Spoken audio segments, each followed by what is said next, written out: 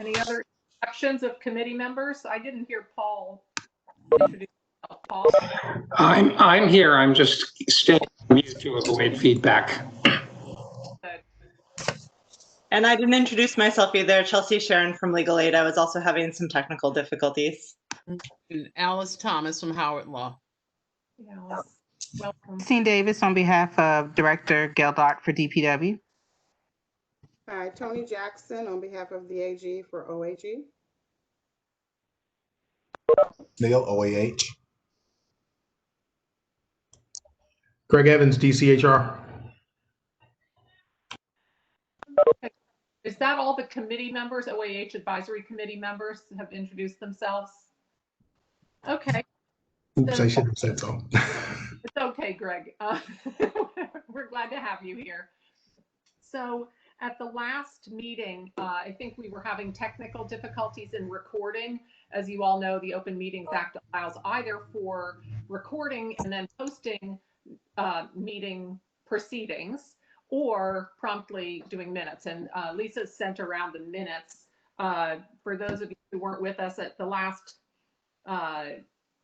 advisory committee meeting, Mike Kranak, the GC at Office of Risk Management, spoke, as did Matt Wilcoxon from OIG, and we had some good discussions of Medicaid fraud and detection and kind of a little bit of a legal landscape as a whole, and how it can fit into how OAH fits into that to some extent.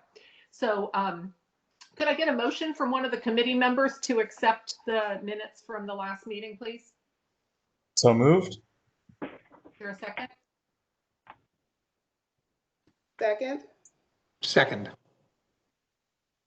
Everyone agreed, say aye, please. Aye. Hi. Aye. Aye.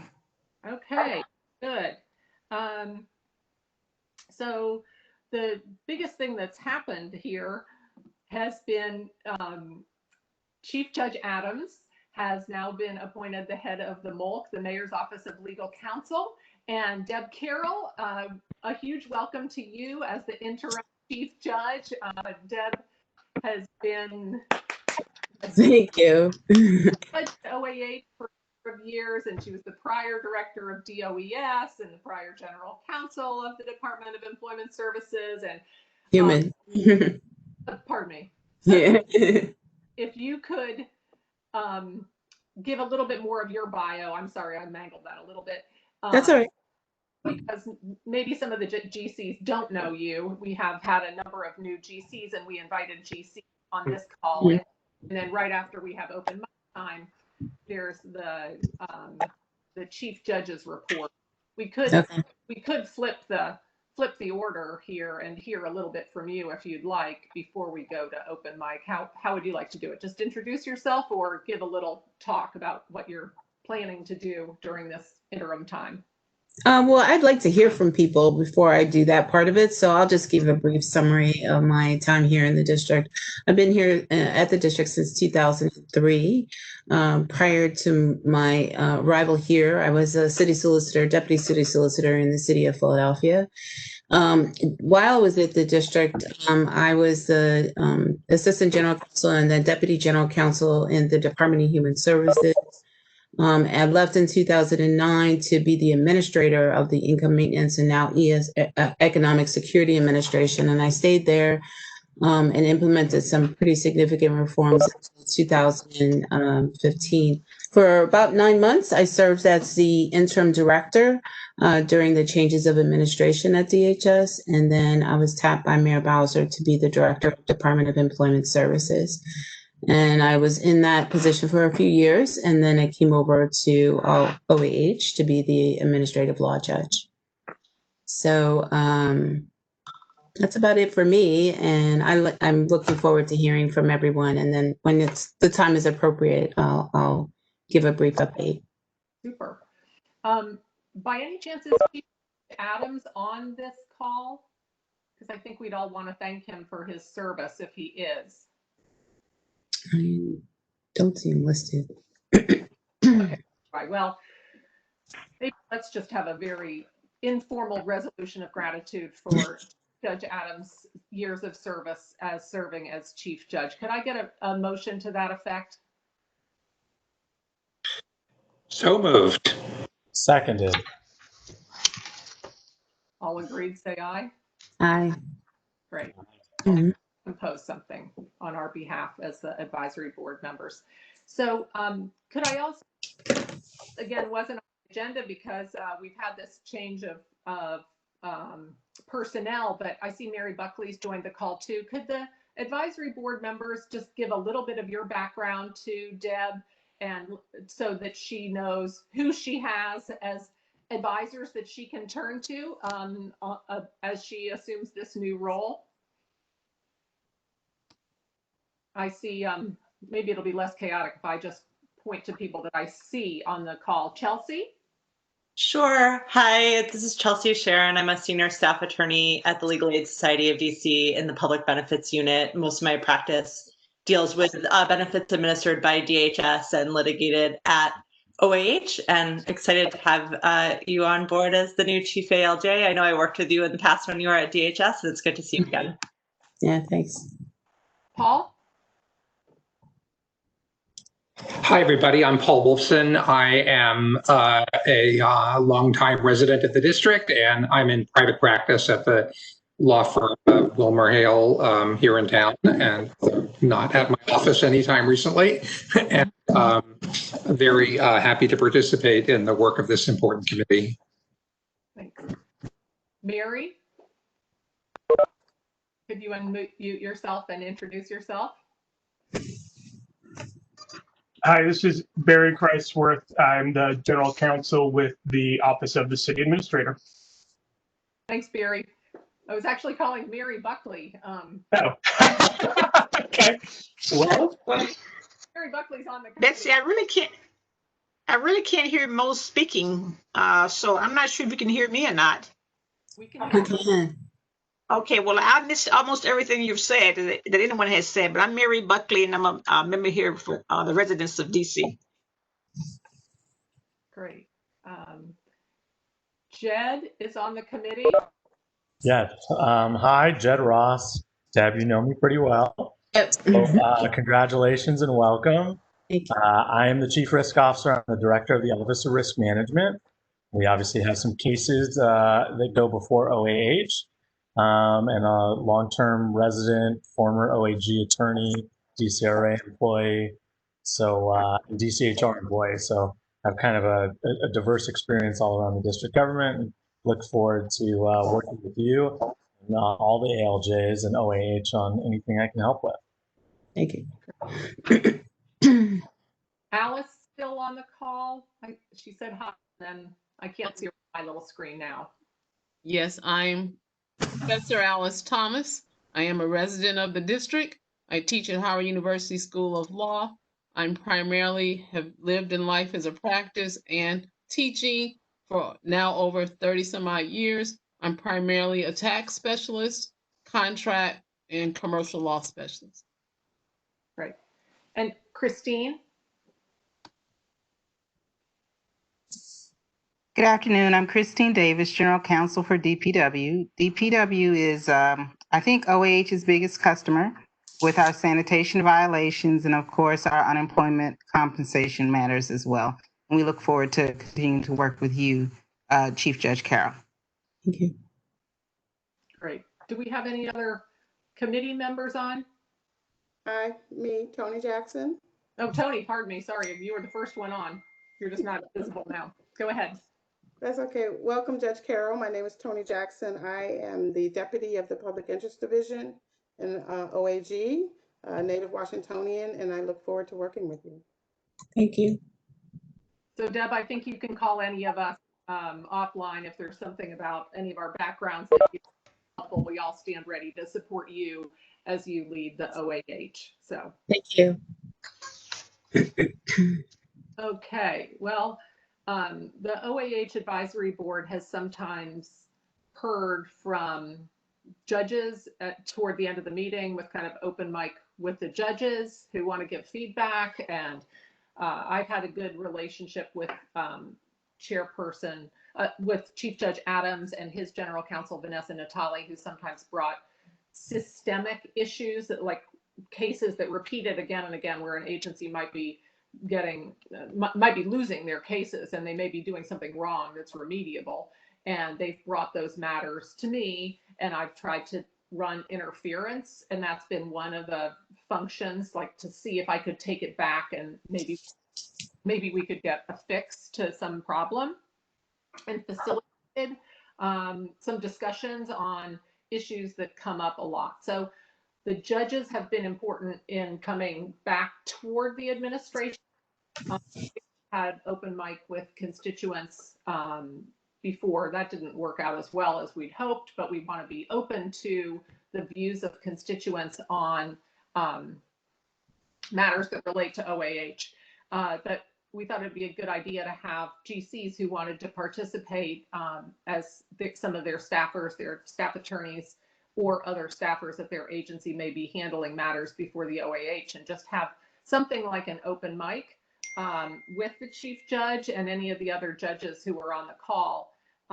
So I think it probably works best to first see if any of the advisory committee members want to make any comments to give any advice. That's our role, and then turn it over to the bulk of the meeting here. So, turn to advisory committee members first. Did anybody have any comments or advice for Chief Judge Carroll as she assumes this office on an interim basis?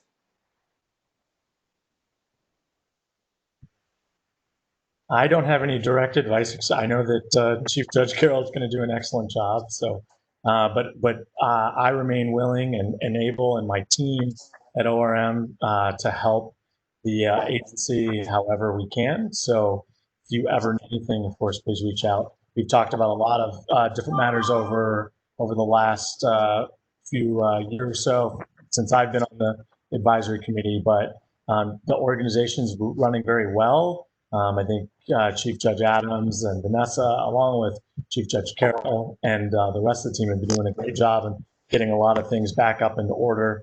I think one of the items is around the response to COVID in terms of being able to hear cases and things of that sort. So that would be something that I think the advisory committee might like to hear a little bit about. But beyond that, I have the utmost confidence in you and the rest of the team, and know that if there are any issues that come up for our agency or any other agency, we'll be able to work them through. This is Professor Thomas. Again, welcome to the job and look forward to having you on board. And I would just like to say that I really want to be here to help. And so if you can make sure you share whatever those needs are with this committee so that we can contribute to lift the work there, because I found it challenging to kind of find out about the big issues at the meeting and not have enough pre-information or capacity to understand the internal workings to be able to make a strong contribution. So I want to be whatever help aid I can be, and I just need open sharing, transparency, and in advance information. So I can do that. So whatever I can be and however I can help, I just want to be that help. That's all. Okay.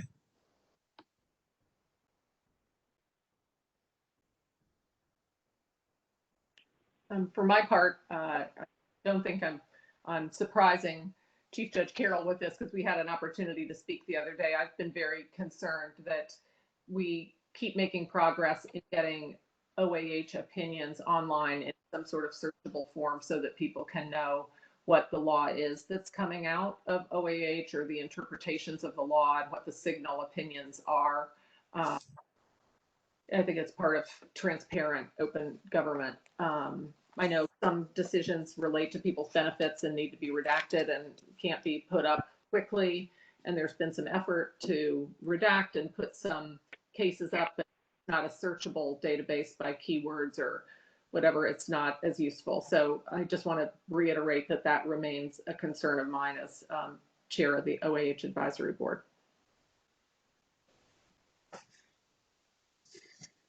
From our end at Legal Aid, we wanted to say that we think OAH has done an excellent job in transferring to this largely remote universe that we're all in, and it's been we've had a very from our perspective, it's been very easy to work with a remote system as attorneys.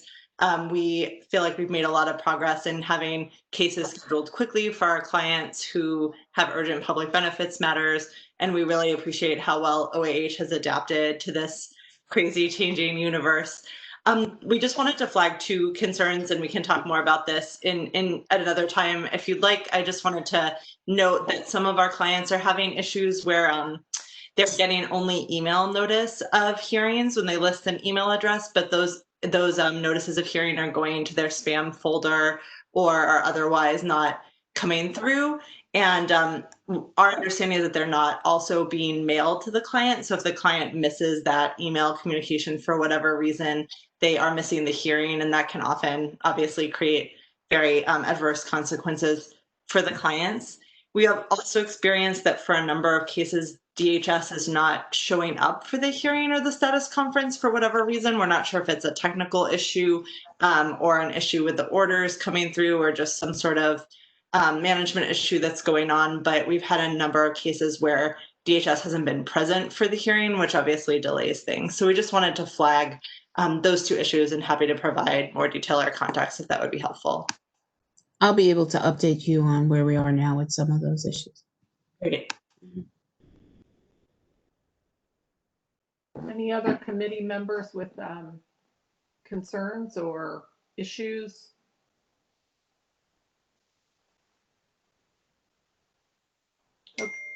Okay, let's turn it over to other general counsels then. I think there's the raise hand function on your participant list. And if you want to raise your hand, I can try to call on you or just jump in.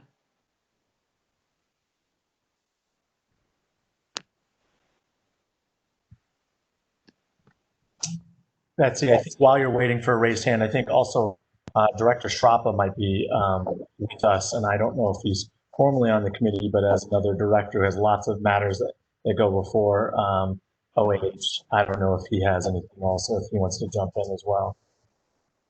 Hi, Director.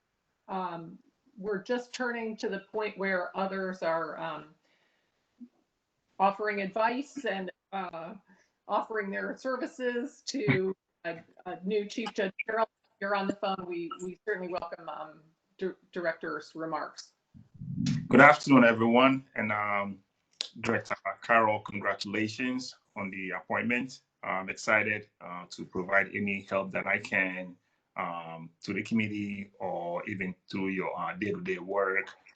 The actions that we take in PCRA to protect the health and safety of residents sometimes end up at our OAH, and we have a long-standing partnership that we are looking to continue working on. So I'll reach out to you privately and see how we can continue to support your mission and how our 2 organizations can strengthen our partnership. So again, congratulations and welcome aboard. Thank you.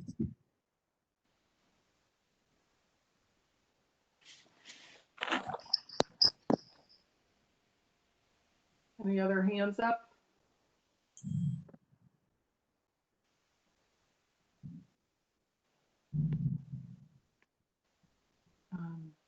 In advance of this meeting, I had an opportunity to talk to some general counsels who were eager, and I had a chance to chat with the chief about moving more toward video hearings, not just audio hearings. And maybe you could address that in your chief report, as well as potentially scheduling hearings farther out. When a company gets a notice of infraction or an entity gets infraction, they often don't have anything to abate until the hearing is right upon them, and or at least they got a notice of a hearing. It's an action forcing event, so we could be making progress perhaps to settle or resolve more cases beforehand if hearings were scheduled out farther in the future. So that was an item that I brought up with the chief, but just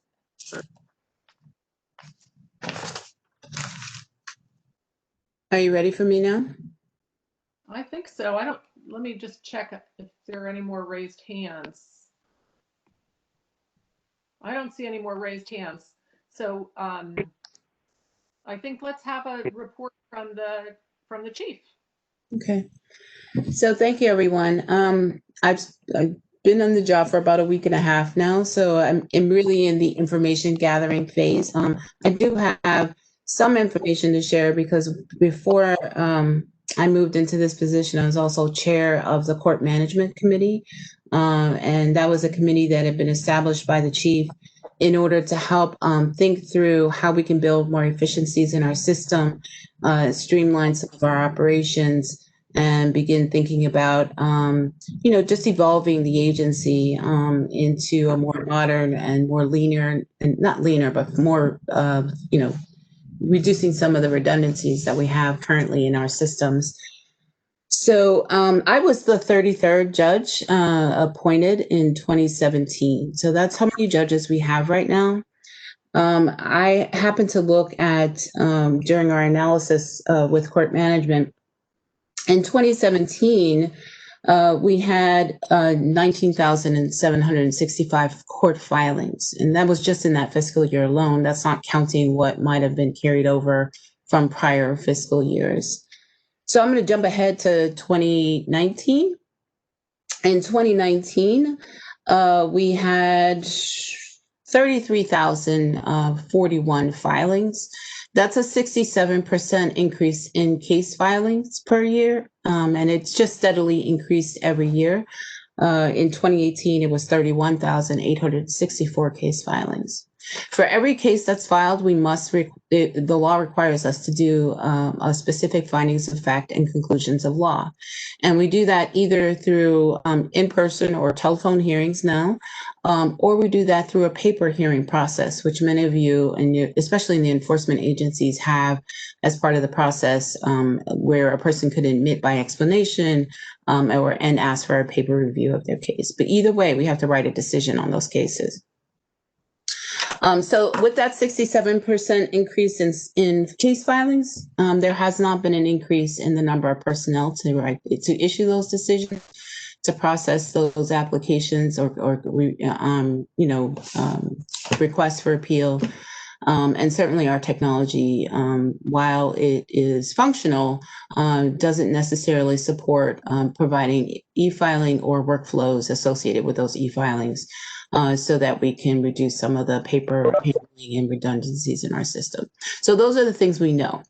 Those are the things we know, and it is a challenge at times to be able to manage the workload, because it would require not only more case hearings per week in order to help reduce backlog in the system, but also require judges to issue more decisions per day in order to even keep up. And it's at this point now, I think we have 270 or so work days a year.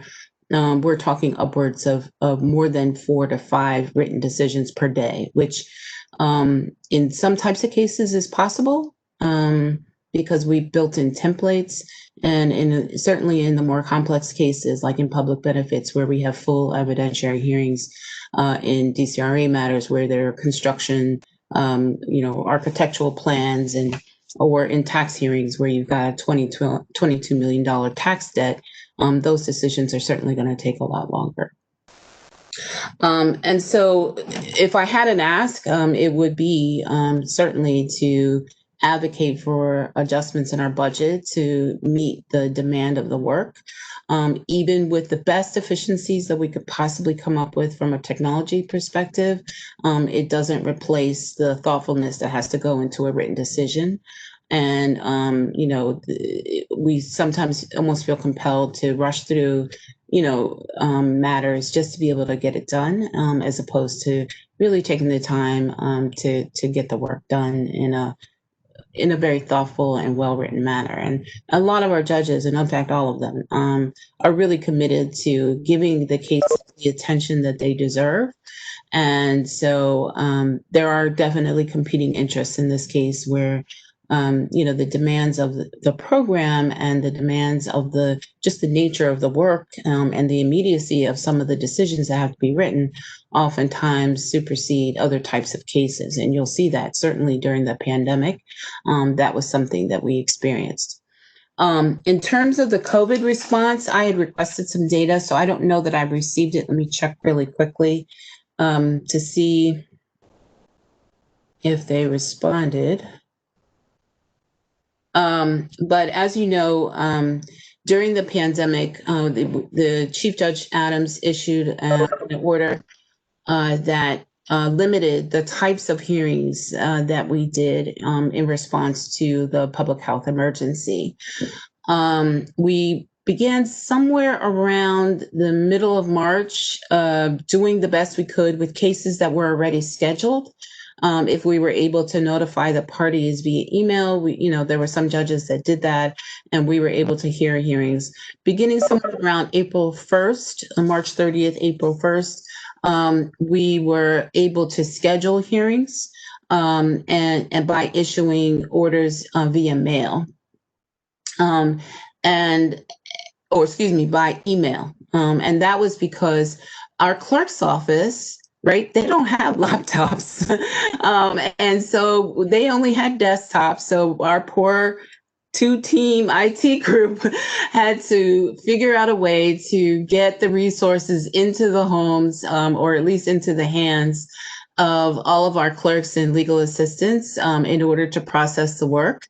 And then we had to come up with a system for getting stamped envelopes to staff so that they can actually put the orders in the mail. So Chelsea, you're correct. Initially, all of the orders were sent via email, and that is the preference, to be honest with you, just because of the system controls required to manage the mail. I know, having worked at DHS, the United States Postal Service is very serious about the amount of money we spend on those little metered things that we do to account for them. And so there's a lot of controls in place when they're issuing the envelopes to the personnel in order to issue oops, sorry.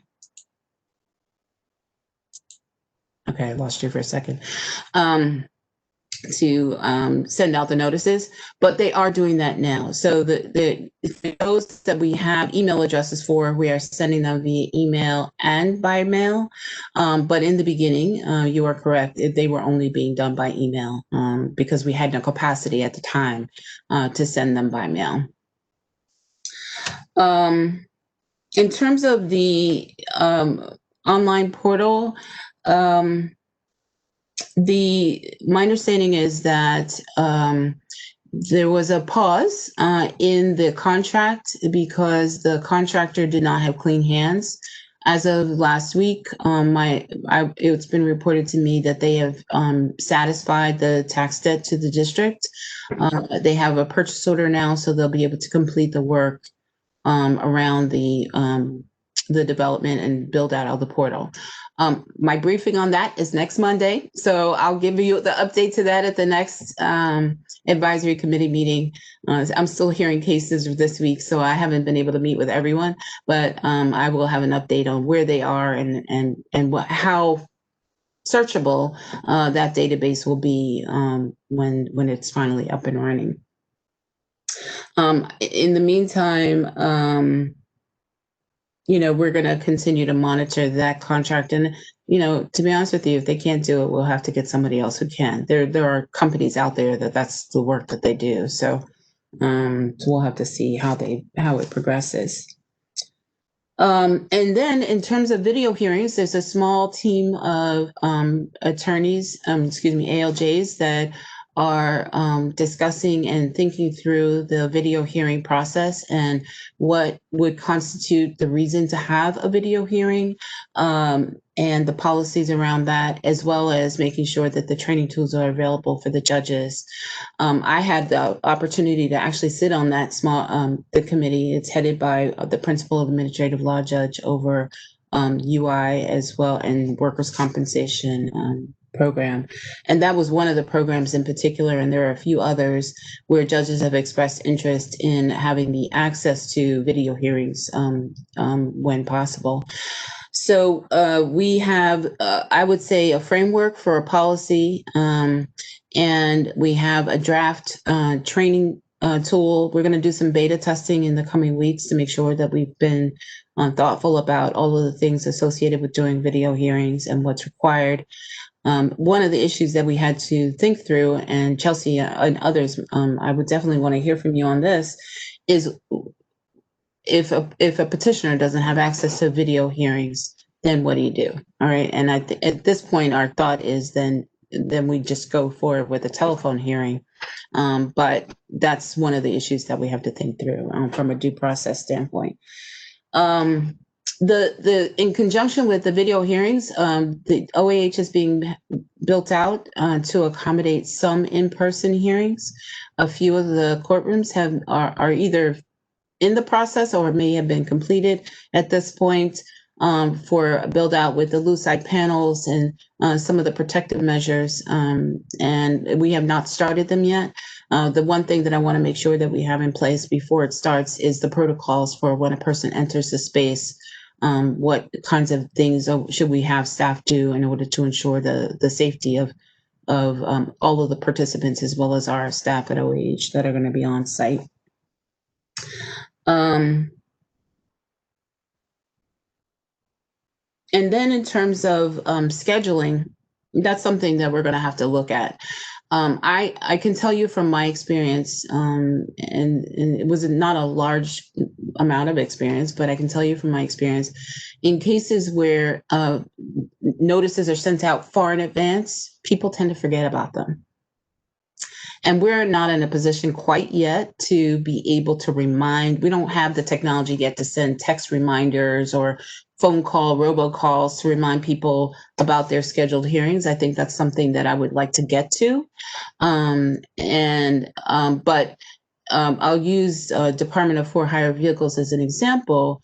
Prior to COVID, when we relaunched hearing those cases, the scheduling orders that were sent from that agency had been sent months, if not almost a year or more in advance of the hearing. And I can tell you from my own experience that I might have had 2 respondents show up out of all the cases that I had. And so I worry a little bit, even though it makes some sense administratively to send out a hearing notice. I don't know if it's going to be quite as effective in actually having the person show up for the hearing because they just forget. They just simply forget.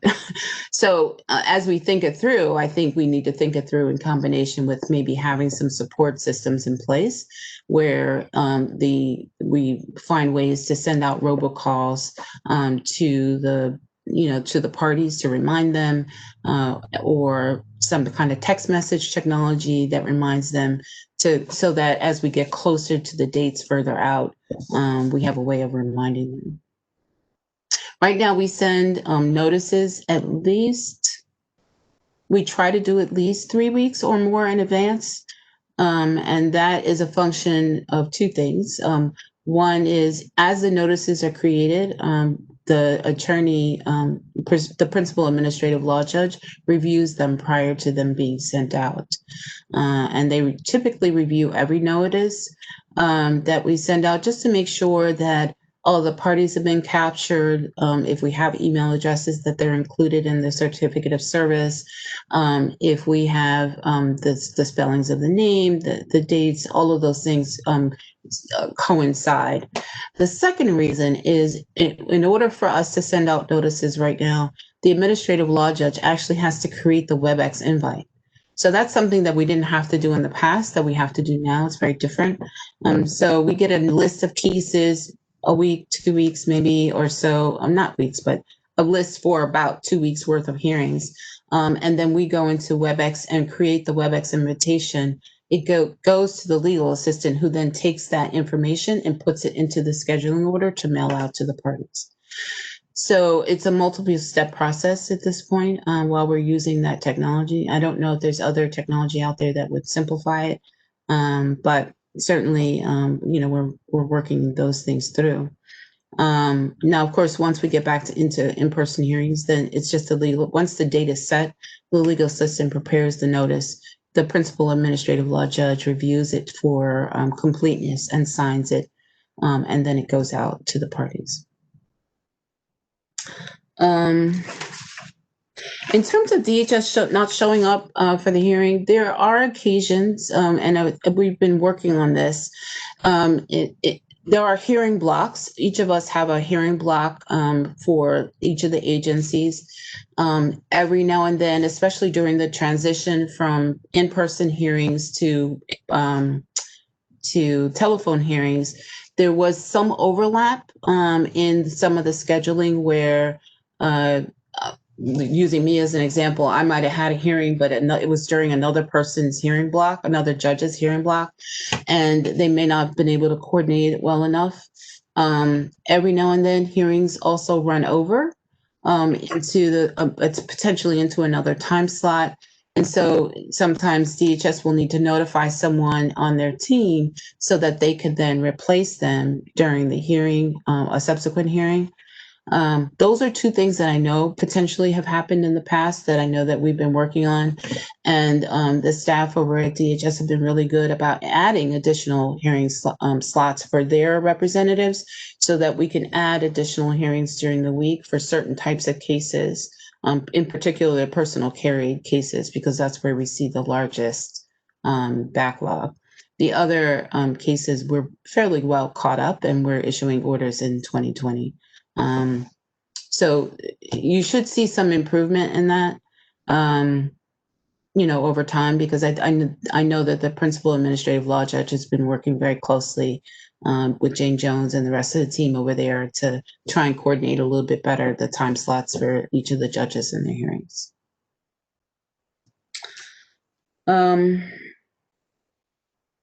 Any questions? I guess I'll pause at this point. I know I gave you a lot of information.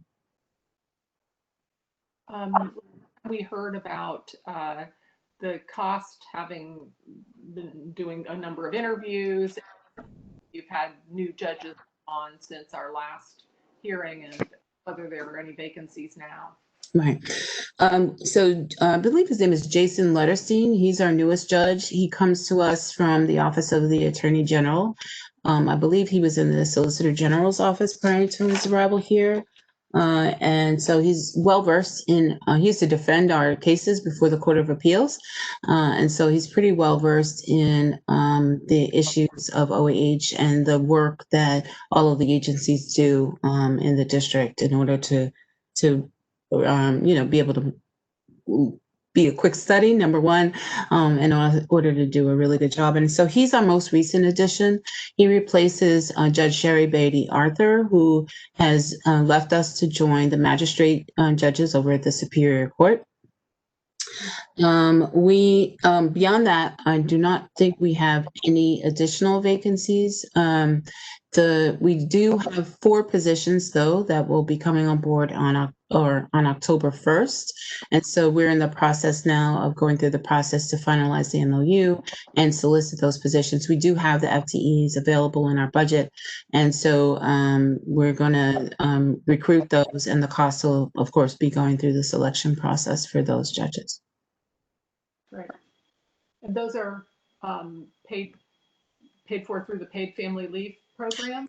Right. And what I'm hoping that we'll be able to do is build some flexibility, because we have such a demand in UI.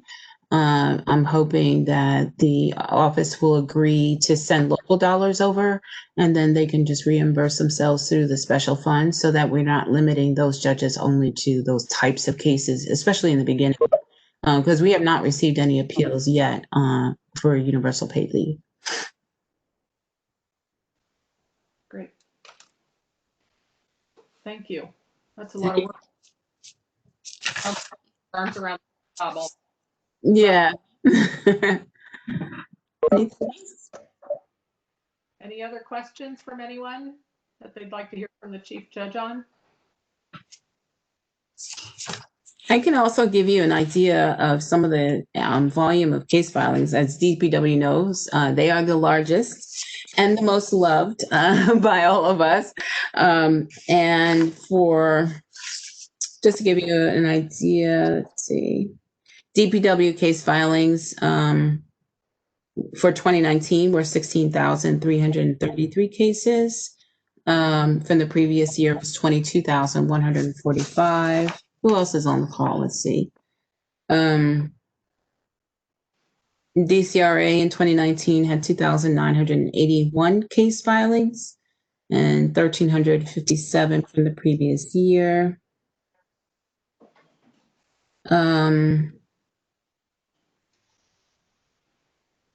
DOES in fiscal year 2019 had 2,049 cases.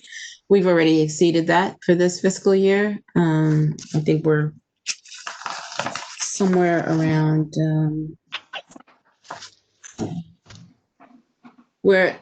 as of August, we're at 4,324 cases for DOES.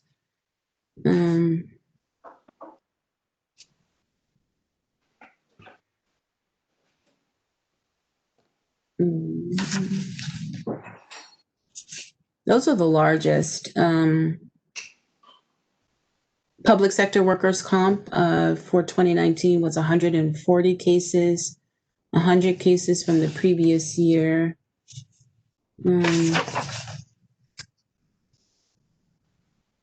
And 93 so far for FY20. I don't know who else is on the call that I haven't addressed.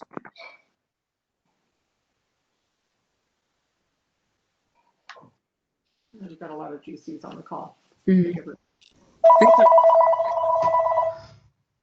What's on? Deb, as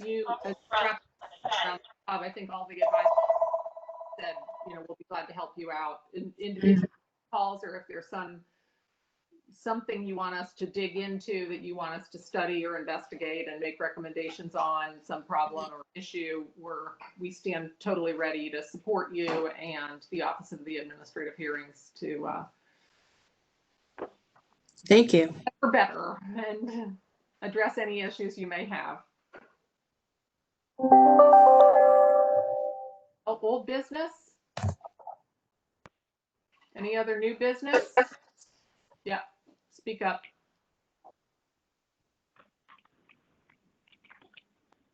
Say something.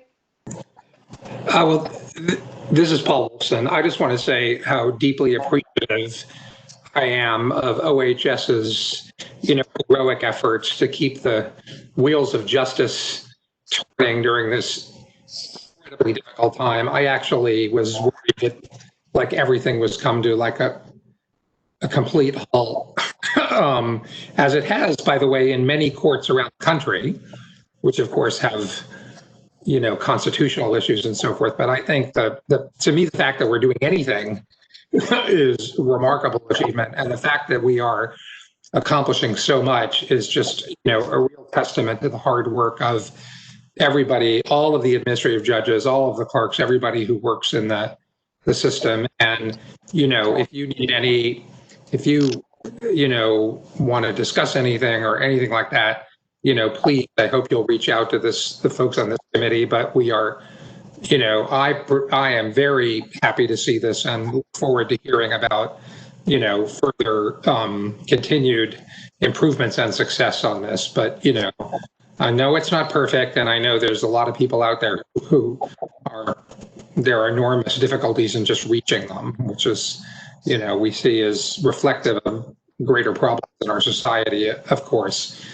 But, I think, it just sounds to me like you're doing a great job. So here.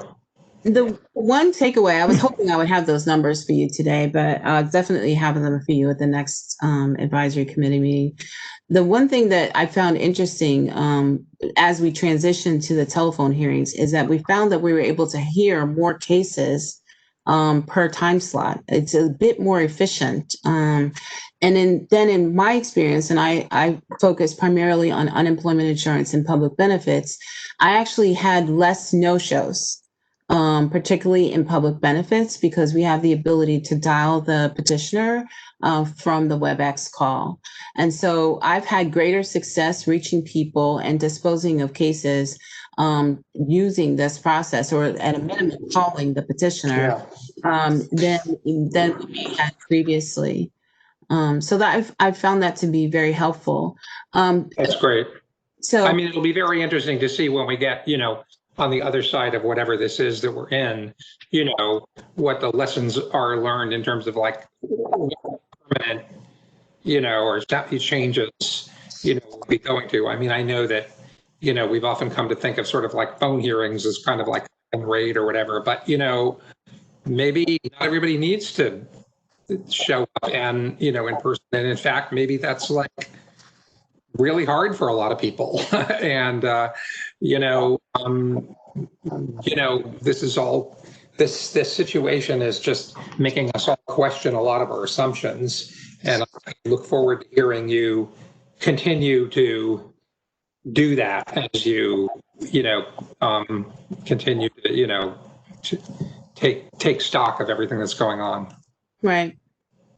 Yeah, building on what Paul and the chief were saying, the mayor's always challenging us to be thinking about what's changed during the COVID emergency, maintain, and how do we come back better from the state of emergency. There may be practices that have happened that are better. That's right. Looking at this as an opportunity for innovation and rollout of beta testing of other procedures, that if you can afford due process to people and they're more likely to show up, and they consent to a telephonic hearing or a video conference, seems like if you can do more, why not keep that going?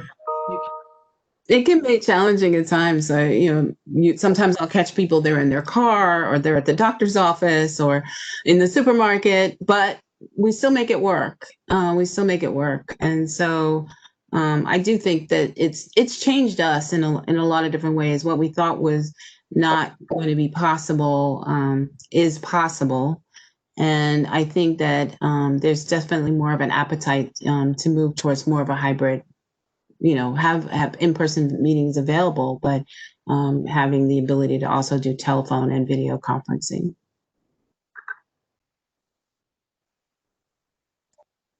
Any other concluding remarks, or is it time to adjourn here? Cavendish, Professor Thomas. I just had a question, Judge Carroll, and I'm just going to put it out there, and Ms. Cavendish can actually tell us what to do with it. You said that you would like us to advocate for increasing the budget to meet your increasing demands.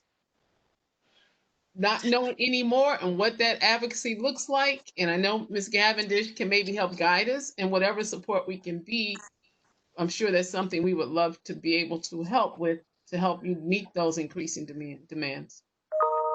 Yeah, I don't know what that looks like quite yet, because I think I've known from my past experience that you don't ask for something unless you've ensured that you've done everything on our side to build efficiencies in the system, to do what we can to make it work. And I don't know what that all looks like. I know some of it only because we've worked on some of this during the during the court management committee meetings. But I mean, I have some thoughts, and I just have to be creative about it. We're at a point where we're on a hiring freeze, and we will be for several years. So I just sometimes that advocacy may not necessarily be in increased resources, but just also finding other ways to support the agency in its work.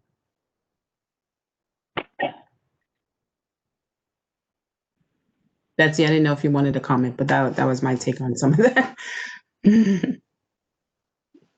Well, sometimes waivers are possible from the hiring freeze if the circumstances warranted and it's really well documented. And so the chief's grasp on the stats on how many more cases there are is the kind of thing that can be persuasive to the budget folks. That said, the district has just a financial crisis given all the shutdowns of businesses during the COVID emergency. And so there's requests for waivers are viewed with a lot of rigor to show the need is there, and people need to be put through their paces about whether there can be other ways of achieving efficiencies.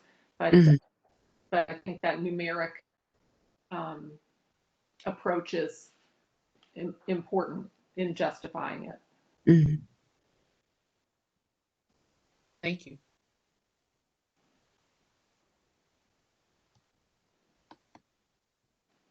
Okay, is there a motion to adjourn?